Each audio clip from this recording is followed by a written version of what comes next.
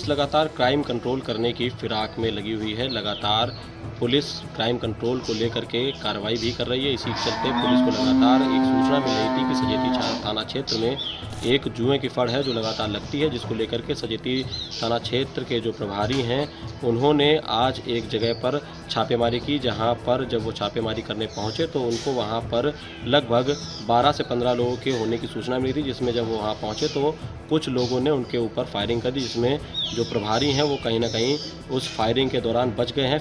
देखिए, हमें सूचना मिल रही थी कि थाना सजेती के बीवीपुर गांव क्षेत्र में खेतों में खुले में जुआ हो रहा है।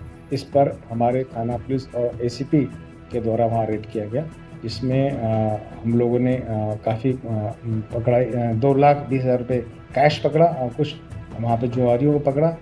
उसमें जो कुछ जुआरी ऐसे थे जो भागने में सफल हुए, लेकिन पुलिस ने उसका पीछा किया और वो फायरिंग करते हुए, पुलिस से फायरिंग करते हुए भागने में सफल हुए, लेकिन हम जल्दी उनकी गिरफ्तारी सुनिश्चित कर रहे हैं। फिलहाल जो फायर करने वाले लोग थे वो वहाँ से फरार हो गए, लेकिन पुलिस ने मौजूदा स्थिति में वहाँ पर 9 लोगों को गिरफ्तार किया, जिनके खिलाफ में गंभीर धाराओं में मुकदमा भी दर्ज किया गया। इसी के साथ साथ पुलिस को वहाँ पर लगभग 2 लाख रुपए की बरामदगी भी हुई है, जिसके बाद में पुलिस ने जो भागे हुए जुआरी हैं उनको पकड़ने के लिए एक टीम का गठन कर दिया है। IBC शाहजहांपुर पुलिस को उस समय बड़ी सफलता मिली जब पुलिस ने अपहरण, रेप और हत्या के मेन आरोपी को गिरफ्तार किया। यह पूरा मामला निगोही थाना क्षेत्र का है, जहां एक नाबालिग छात्रा का अपहरण हुआ। FIR दर्ज हुई। FIR में अध्यापक अमर सिंह, सचिन, अमन और कॉलेज प्रबंधक नामजद हुए। 7 मार्च को लड़की का कंकाल बरामद हुआ। DNA रिपोर्ट के आधार पर हत्या, रेप और पासपोर्ट की धाराओं में वृद्धि हुई।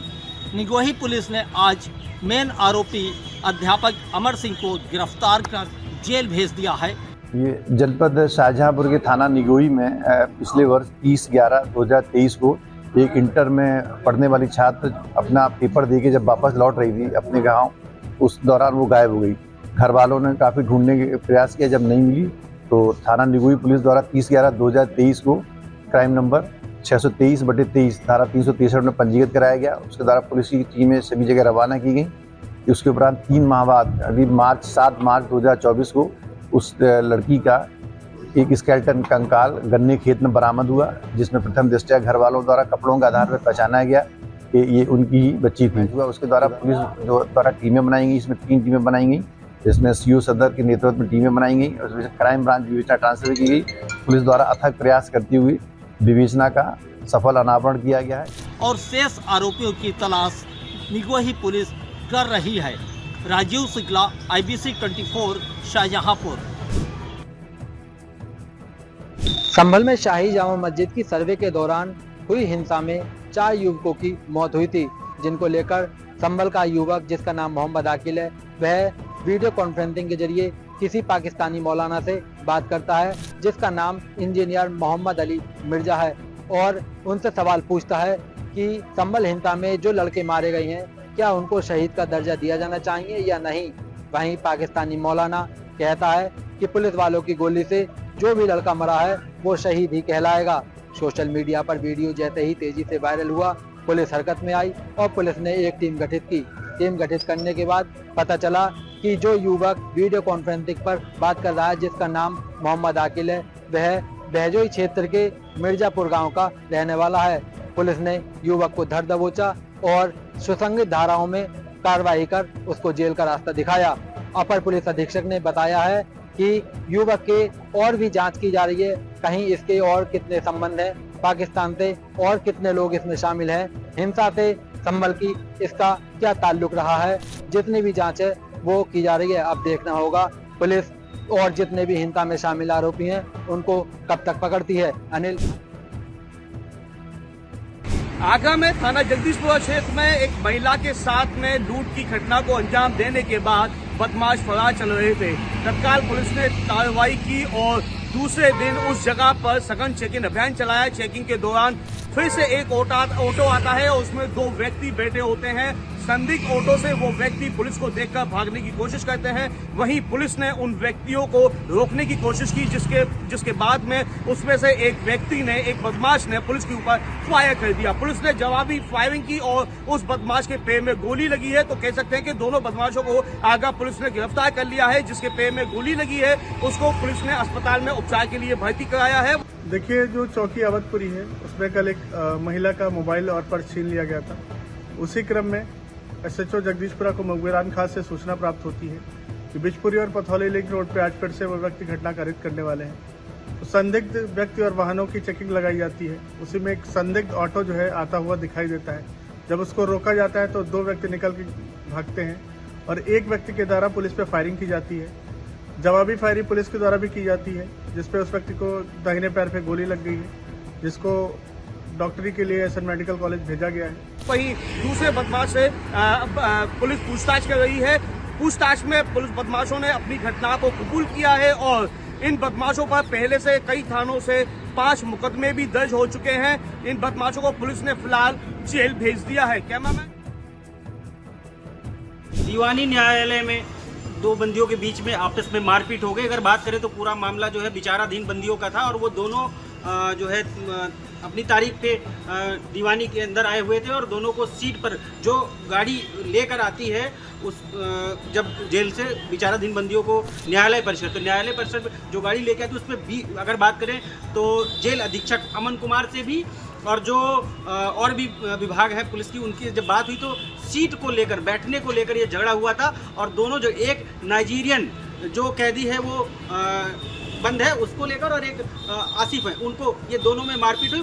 मारपीट में आसिफ जो बंदी है वो गंभीर रूप से घायल हुए। पूरा मामला अगर बात करें तो सदर कोतवाली थाना क्षेत्र के अंतर्गत का है और जब मारपीट हुई, मारपीट जो घायल हुआ बंदी उसको ले जाकर प्रशासन ने जो है जिला अस्पताल रायबरेली में इलाज कराया गया और वहाँ पे शांति जो व्यवस्था होनी चाहिए वो बनी हुई है। फिलहाल ये मामला जो है आज शहर कोतवाली थाना नगर क्षेत्र का है और विचाराधीन बंदियों के बीच में मारपीट हुई। नमस्कार, मैं विषय भदोही से, जैसा कि 9 बजे 9 रिपोर्टर में आप सभी का स्वागत है। आप देख रहे हैं भदोही में एक शोक सभा आयोजित की गई जो प्रयागराज कुंभ में जो मृतक थे, जिनके ऊपर भगदड़ में कहीं न कहीं जान चली गई, उनके लिए भदोही में शोक सभा आयोजित की गई। आप जो देख रहे होंगे तस्वीरों में भदोही की खबर है। भदोही में पप्पू तिवारी जो वरिष्ठ समाजसेवी हैं, इनके माध्यम से शोक सभा आयोजित की गई, जिसमें भदोही के कई राजनेता, कई जो है कि आम जनमानस लोग आकर के पहुंचे और उन्होंने दिवंगत आत्मा को एक शोक सभा आयोजित कर शांति देने का एक नया संकल्प लिया, एक नया नमूना पेश किया और जो भी सरकार की विफलता थी इस पे कहीं न कहीं चर्चाएं हुई एवं आने वाले समय में जो भी कुंभ की व्यवस्थाओं पर आवाज उठ रही है इसको कहीं न कहीं बंद करने की भी बात की गई एवं प्रशासन को हिदायत दी गई कि जो भी दिव्य कुंभ महाकुंभ का नारा था उसको सफल बनाने में सारे भारतवासी लगे हैं एवं सफल बनाने का अथक प्रयास किया जाएगा। इसी भगवान श्री रामलला का मंदिर लगभग बनकर तैयार हो चुका है। अब राम नगरी अयोध्या को आध्यात्मिक नगरी के साथ साथ पर्यटन नगरी के रूप में विकसित की जा रही है, जिससे जो रामलला के भक्त अयोध्या पहुँचे वो रामलला का दर्शन करने के साथ साथ अयोध्या की विस्तृत जानकारी भी ले सकें। इसके साथ साथ अब जगह जगह पर प्रभु श्री राम से जीवन चरित्र से जुड़े जगह जगह पर म्यूज़ियम खोले जा रहे हैं। इसके साथ साथ उत्तर प्रदेश सरकार ने एक नया म्यूज़ियम बना रहा है जो वैक्स म्यूज़ियम के नाम से होगा, जो पूरी तरह मोम से होगा, जो 50 प्रसंगें इसमें दर्शाई जाएंगी प्रभु श्री राम के जीवन चरित्र से, वो मोम से होंगी, जिससे जो प्रभु श्री राम के भक्त अयोध्या पहुँचे प्रभु राम के दर्शन के साथ साथ प्रभु राम के जीवन चरित्र के वर्णन को भी जान सकें। आज हरदोई जनपद में सेठ नवल किशोर उर्मिला देवी नर्सिंग होम में विश्व कैंसर दिवस को लेकर एक प्रेस वार्ता का आयोजन किया गया। इस कैंप का मुख्य उद्देश्य है कि जनता में जागरूकता फैले और कहीं पे संशय हो, किसी के मुंह में गांठ है, किसी के कहीं पे गांठ है या छाले मुंह के नहीं ठीक हो रहे हैं, तो उसके संबंध में यहाँ पे परामर्श लेके आगे इलाज करा सकते हैं। महिलाओं के स्तन में गांठें होती हैं और उसको छुपाती रहती हैं, बताती नहीं है, फिर वो बहुत बढ़ जाता है, जबकि उसको फिर आगे क्योर नहीं हो सकता, तो उसको अर्ली स्टेज में जाके यहाँ पे परामर्श लें क्या है और उसका आगे इलाज। बहुत से लोग गांव में पड़े रहते हैं, इलाज ही नहीं कराते हैं, दिक्कतें हैं, चलते ही नहीं घर से, लास्ट स्टेज में पहुंचते हैं। प्रॉब्लम ये है कि इकोनॉमिक कंस्टेंट है, जो पैसा नहीं है तो जा ही नहीं पाते, कि बहुत बड़ी बीमारी दिखाई नहीं पाएंगे, पता नहीं क्या है। यहाँ आएंगे तो बगैर पैसे के निःशुल्क उनको कम से कम पता लग जाएगा कि आपको कैंसर है या नहीं है, जिसमें सभी डॉक्टर मौजूद रहे। मैं हरदोई से IBC 24। महात्मा गांधी राष्ट्रीय रोजगार गारंटी योजना के तहत ग्राम पंचायतों में सरकार के द्वारा मनरेगा श्रमिकों को सरकार 100 दिन का रोजगार देने की दावा करती है। हम बात करेंगे भनवापुर विकासखंड के भनवापुर गांव का ही मामला है, जहां मनरेगा श्रमिकों से फर्जी हाजिरी लगाकर ग्राम प्रधान फर्जी भुगतान करने के फिराक में लगा हुआ है। लगातार सरकार की ऐसे महत्वाकांक्षी योजनाओं को लेकर के खंड विकास अधिकारी के द्वारा क्या उस ग्राम पंचायत का निरीक्षण नहीं किया गया। जिस तरीके से मनरेगा श्रमिकों को एक क्राफ्ट फोटो के आधार पर मनरेगा श्रमिकों की हाजिरी लगाई जा रही है। अगर इसी तरीके से ग्राम पंचायतों का विकास होगा, ग्राम पंचायतों का काम होगा, ग्राम पंचायतों के फर्जी वर्ग प्रयास किया गया, तो फिर ग्राम पंचायतों का विकास किस आधार पर होगा। जब मौके पर ब्लॉक ही है और ब्लॉक वर्ग पे ही ब्लॉक स्तर पर ग्राम पंचायतों का काम होता, वो भी फर्जी मनरेगा वर्ग ID पर, तो फिर वहाँ का विकास कैसे होगा। खंड विकास अधिकारी को ऐसे ग्राम पंचायतों का निरीक्षण करना जरूरी है, जिससे ग्राम पंचायतों में भ्रष्टाचार रोका जा सके। तो 9 बजे 9 रिपोर्टर में आज के लिए बस इतना ही। कल फिर होगी मुलाकात 9 बजे 9 बड़ी खबरों के साथ। तब तक के लिए हमें दीजिए इजाजत। नमस्कार।